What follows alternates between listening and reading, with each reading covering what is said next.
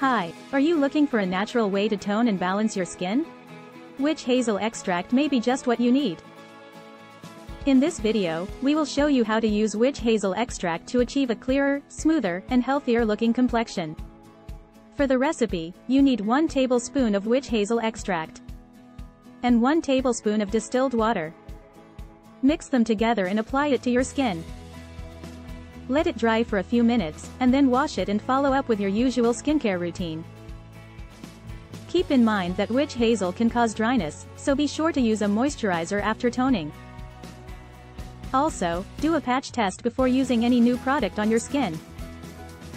Give this natural remedy a try and let us know how it works for you in the comments below.